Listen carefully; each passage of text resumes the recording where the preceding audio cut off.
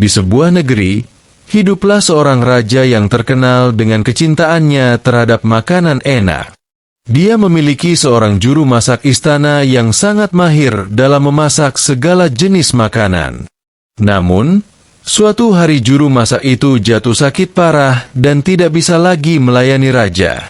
Raja pun mulai kebingungan mencari pengganti yang layak. Karena tak ingin sembarangan memilih, raja memutuskan untuk mengadakan sayembara di seluruh negeri. Siapapun yang bisa memenuhi kriteria yang ditetapkan akan menjadi juru masak istana. Namun, ada satu syarat aneh. Sang juru masak harus memiliki keahlian memasak yang di luar nalar. Kabar sayembara ini menyebar ke seluruh penjuru negeri, dan banyak sekali juru masak yang datang mencoba peruntungannya. Ada yang datang dengan hidangan mewah, ada yang datang dengan resep rahasia keluarga, namun tak satu pun yang membuat raja terkesan. Setiap masakan yang disajikan dianggap kurang istimewa. Melihat kegelisahan sang raja yang terus-menerus menolak juru masak yang datang, Abu Nawas, yang terkenal dengan kecerdikannya, merasa tertantang. Jika mereka mencari juru masak yang memiliki keahlian di luar nalar, mungkin sudah saatnya aku mencoba peruntungan ini, gumamnya. Abu Nawas memutuskan untuk ikut dalam sayembara. Namun, alih-alih membawa berbagai bahan makanan mewah atau peralatan masak yang canggih, dia datang dengan tangan kosong, hanya membawa diri dan senyum cerdasnya. Ketika Abu Nawas tiba di istana, raja sudah hampir putus asa. "Apa keahlianmu, Abu Nawas? Kau tak membawa apapun. Bagaimana mungkin kau bisa memenuhi syarat sayembaraku?" tanya raja dengan nada meremehkan. Abu Nawas tersenyum dan menjawab, "Tuan, saya akan memasak hidangan yang tak pernah Anda cicipi sebelumnya. Bahkan Anda tak akan pernah membayangkannya dalam hidup Anda. Tapi ada satu permintaan." "Permintaan apa?" tanya raja penasaran. "Saya membutuhkan waktu 1 tahun untuk mempersiapkan masakan ini, dan saya harus tinggal di istana tanpa melakukan pekerjaan lain selain memikirkan resep ini," jawab Abu Nawas. Sang raja terkejut. 1 tahun hanya untuk 1 hidangan? Itu benar-benar di luar nalar. "Tapi karena aku mencari juru masak dengan keahlian seperti itu, aku akan memberimu kesempatan. Kau bisa tinggal di sini. Tetapi jika pada akhir tahun kau gagal, kau akan diusir dari istana selamanya," kata raja tegas. Abu Nawas pun setuju. Selama 1 tahun penuh, dia tinggal di istana, berpura-pura sibuk memikirkan resep yang sempurna. Setiap hari, dia hanya duduk, merenung, dan menulis di secari kertas, seolah-olah sedang melakukan riset mendalam. Para pelayan mulai penasaran, tetapi tak ada yang berani mengganggu Abu Nawas. Bulan demi bulan berlalu, dan raja semakin tak sabar menunggu hidangan yang dijanjikan. Akhirnya, setelah 1 tahun penuh, tiba saatnya bagi Abu Nawas untuk menyajikan masakan ajaibnya. Raja mengumpulkan seluruh anggota kerajaan di ruang makan megah untuk menyaksikan hidangan yang dijanjikan Abu Nawas. Ketika Abu Nawas dipanggil, dia datang dengan membawa sebuah panci besar yang tertutup rapat. Semua orang menatap panci itu dengan rasa penasaran. Apa yang ada di dalamnya? Apakah ini benar-benar masakan yang di luar nalar seperti yang dijanjikan? Raja, dengan penuh harap, memerintahkan Abu Nawas untuk membuka tutup panci itu. Namun, saat tutup panci dibuka, yang terlihat hanyalah udara kosong. Tidak ada makanan di dalamnya, bahkan aroma pun tak tercium. Semua orang terperangah. Raja memandang Abu Nawas dengan tatapan bingung dan marah. "Apa maksudmu? Di mana hidangannya?" Abu Nawas dengan tenang menjawab, "Tuan, ini adalah hidangan yang paling sempurna, hidangan yang tidak pernah Anda cicipi sebelumnya.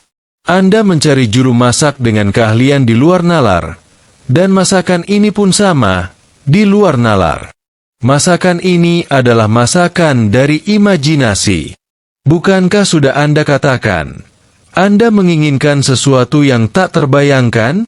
Inilah jawabannya. Raja terdiam sejenak. Semua orang menunggu reaksinya dengan tegang.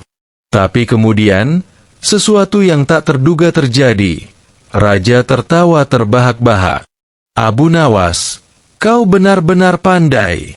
Memang, aku mencari sesuatu yang di luar nalar, dan kau memberikannya dengan cara yang tak pernah kupikirkan. Meski tak ada makanan di panci itu, kau telah memberiku pelajaran berharga tentang berpikir di luar batas logika, kata Raja sambil tersenyum.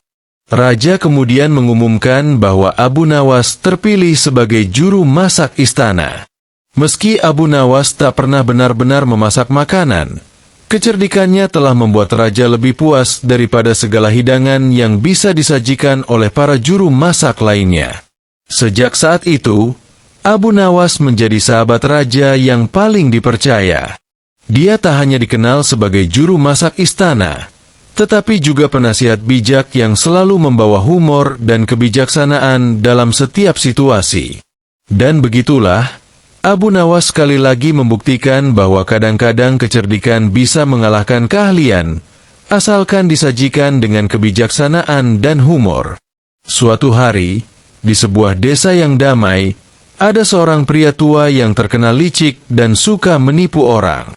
Ia selalu mencari cara untuk mendapatkan uang tanpa harus bekerja keras. Karena kelicikannya, banyak penduduk desa yang sudah tertipu olehnya. Namun mereka tak berani berbuat apa-apa karena pria tua itu pandai berdalih dan menyembunyikan kesalahannya. Suatu hari, pria tua itu mendengar tentang Abu Nawas, seorang yang terkenal cerdik dan sering membantu orang-orang dengan kebijaksanaannya. Aku akan mencoba menipu Abu Nawas. Jika aku berhasil, aku akan dikenal sebagai orang paling licik di negeri ini, pikirnya.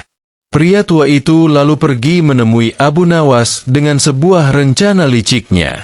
Ketika bertemu Abu Nawas, ia berpura-pura berbicara dengan suara sedih, seolah-olah ia sedang dalam masalah besar.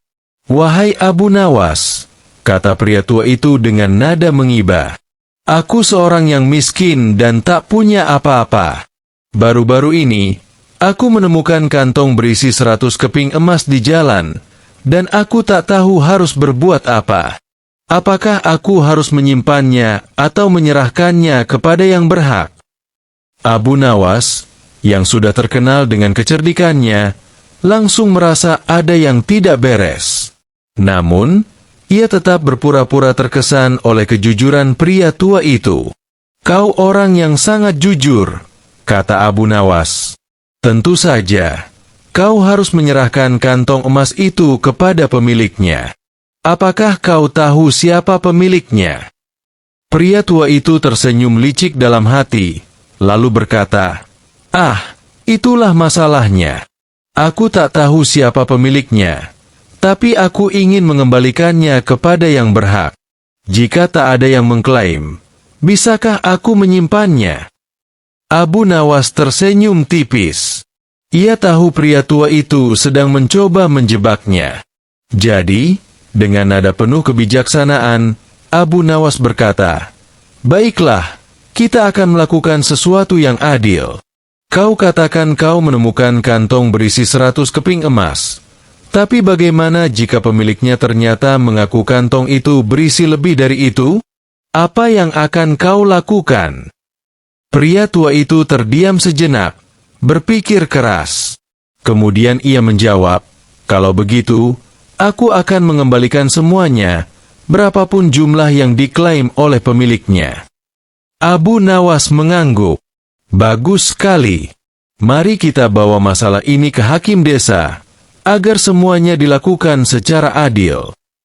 Mereka pun pergi ke hakim desa, di mana Abu Nawas menjelaskan situasinya. "Tuan Hakim, pria ini menemukan kantong berisi 100 keping emas, dan ia ingin menyerahkannya kepada pemiliknya. Namun, saya khawatir pemilik kantong itu akan mengklaim bahwa jumlahnya lebih besar. Apa yang harus dilakukan? Hakim mengangguk, lalu bertanya kepada pria tua itu, apakah kau yakin kantong itu hanya berisi 100 keping emas? Pria tua itu dengan penuh percaya diri menjawab, ya, Tuan Hakim, saya yakin. Lalu, tanpa diduga, Hakim berkata, baiklah, jika pemilik kantong nanti datang dan mengklaim kantong itu berisi lebih dari 100 keping emas, kau harus mengembalikan semua keping emas yang lebih itu kepada pemiliknya. Namun, sampai saat itu tiba, kantong ini akan disimpan di sini sebagai bukti. Pria tua itu terkejut dan langsung merasa terjebak dalam rencananya sendiri. Ia berpikir, jika ada yang mengklaim kantong itu, dan mengatakan bahwa di dalamnya ada lebih dari 100 keping emas, aku akan kehilangan segalanya. Akhirnya, karena merasa terdesak, pria tua itu dengan cepat mengakui kelicikannya di hadapan Hakim dan Abu Nawas. Maafkan aku. Sebenarnya kantong itu tidak ada. Aku hanya berpura-pura menemukannya untuk mendapatkan keuntungan. Hakim dan Abu Nawas tersenyum. Abu Nawas kemudian berkata, lihatlah, kelicikan hanya akan membawa kesulitan pada diri sendiri. Jika kau mencoba menipu orang lain, pada akhirnya kau sendiri yang akan tertipu. Pria tua itu tertunduk malu. Dari hari itu, ia tak pernah lagi mencoba menipu siapapun. Kelicikannya tak ada gunanya di hadapan kecerdasan dan kebijaksanaan Abu Nawas, yang selalu berhasil mengubah situasi buruk menjadi pelajaran berharga bagi siapa saja. Suatu hari, di sebuah kota yang ramai, terdapat sebuah pasar besar yang menjadi pusat kehidupan warga. Di sana, para pedagang menjajakan dagangan mereka, dan para pembeli datang dari berbagai penjuru untuk memenuhi kebutuhan sehari-hari. Namun, di tengah keramaian pasar itu, ada sekelompok preman yang sangat ditakuti oleh semua orang. Para preman ini sering memeras para pedagang dan pembeli, mengambil uang secara paksa, dan membuat semua orang takut. Para pedagang tak berani melawan. Setiap kali mereka melihat para preman datang, mereka langsung menyerahkan sebagian penghasilan mereka agar tidak dipukuli atau dihancurkan barang-barangnya. Para preman pasar itu semakin hari semakin sombong dan merasa tak tersentuh. Tak ada yang berani menentang mereka, hingga nama mereka menjadi momok menakutkan di seluruh kota. Namun, suatu hari, kabar tentang kelakuan para preman itu sampai ke telinga Abu Nawas, seorang pria yang terkenal karena kecerdasan, kebijaksanaan, dan kelucuannya. Abu Nawas memutuskan bahwa ini adalah saat yang tepat untuk memberikan pelajaran kepada para preman dan membuat warga pasar bisa hidup dengan tenang kembali. Dengan rencana liciknya, Abu Nawas menyamar menjadi seorang pedagang sayur. Ia berdandan layaknya pedagang biasa, mengenakan pakaian lusuh dan membawa gerobak penuh sayuran.